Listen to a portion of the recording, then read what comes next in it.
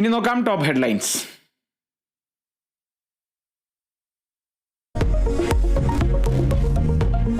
ആശാവർക്കർമാരുടെ രാപ്പകൽ സമരം 35-ാം ദിവസം. സമരം പൊളിക്കാനുള്ള സർക്കാർ നീക്കം വകവയ്ക്കാതെ ആശാമാർ. നാളത്തെ സെക്രട്ടേറിയറ്റ് ഉപരോധവുമായി മുന്നോട്ട്, പിന്തുണയുമായി പ്രതിപക്ഷ പാർട്ടികൾ.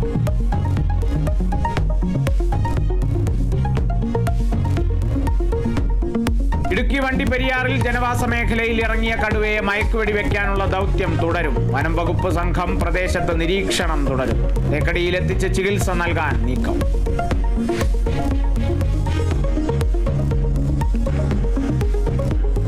അന്താരാഷ്ട്ര ലഹരിക്കടത്ത് കേസന്വേഷണം മലയാളികളിലേക്ക്. പിടിയിലായ ടാൻസാനിയൻ വനിതയെ കണ്ണൂർ ജയിലിലേക്ക് മാറ്റി. പ്രതികൾക്കായി ഉടൻ കസ്റ്റഡി അപേക്ഷ നൽകാൻ പോലീസ്.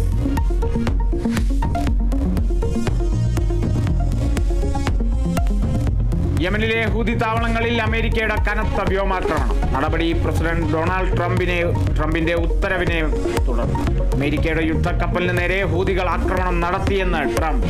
ഹൂതികളെ പൂർണ്ണമായും ഇല്ലാതാക്കും വരെ ആക്രമണം തുടരുമെന്നും ട്രംപ്.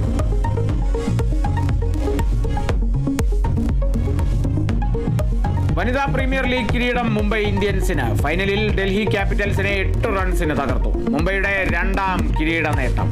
ഡൽഹി ഫൈനലിൽ തോൽക്കുന്നത് തുടർച്ചയായ 3ാം തവണ.